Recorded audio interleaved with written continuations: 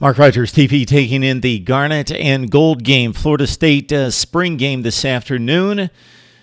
This is an extremely talented football team, so I take in very little in regards to statistics. They mean next to nothing. DeAndre Francois, a paltry 13 of 28 for $133. Again, it means nothing. What I'm looking at here is just the sheer talent on the field. It was good to see Derwin James back on the playing surface for Florida State. He had a tremendous game, showed his athletic ability.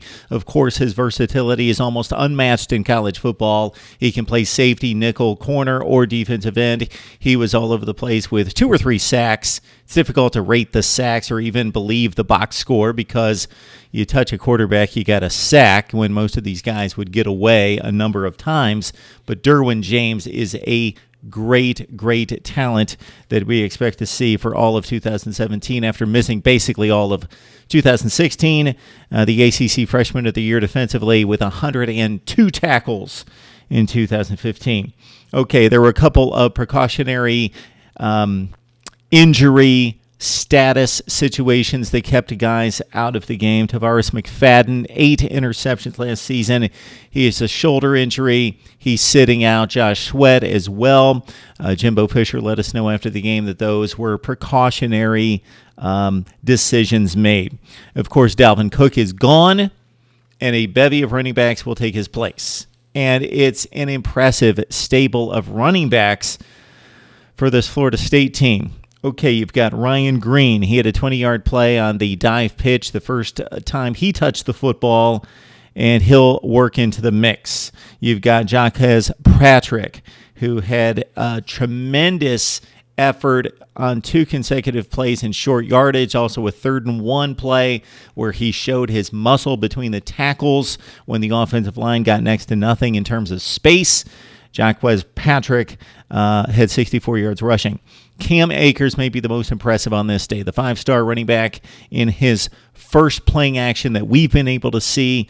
The general public, Cam Akers had 87 yards rushing, and he caught a pass out of the backfield on a slant in which he met up with Mr. James.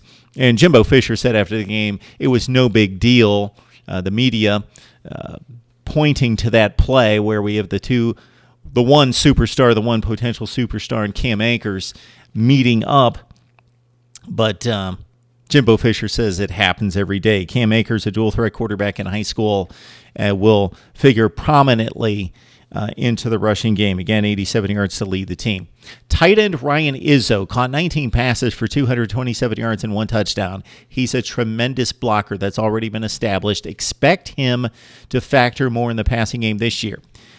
DeAndre Francois found him on a number of occasions. I don't know what the final stats were, but he does a great job of running at his man, setting him up, using his hands to gain separation, and then making his cut and having enough space to be a wide-open target, and did that a number of times against tremendous defensive play on the other side for the Seminoles. Of course, when they're matching up Florida State versus Florida State, there's talent all over the place. It's just, this is a top-flight team, and I expect them to vie for a national championship.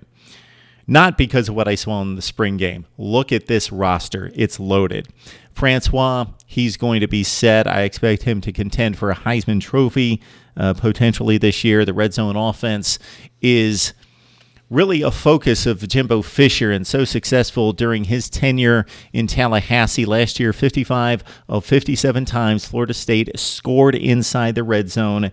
They spend more time, apparently, than just about anyone in the country on red zone offense. Logan Tyler, even the punter, looks primed for this season. He's hitting the ball much better. Jimbo Fisher talked after the game about his development just in recent practices, just during this spring practice, that Logan Tyler is a much more effective kicker than what he had previously been.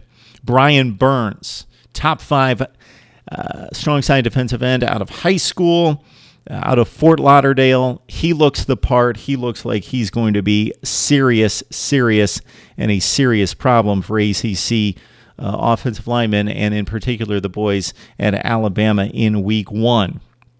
All right, J.J. Constantino, The backup quarterback will probably win the backup job. 6'4" junior. He is, of course, has more playing time at this point than his competition.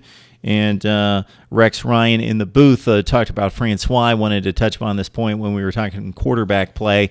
DeAndre Francois, the redshirt sophomore.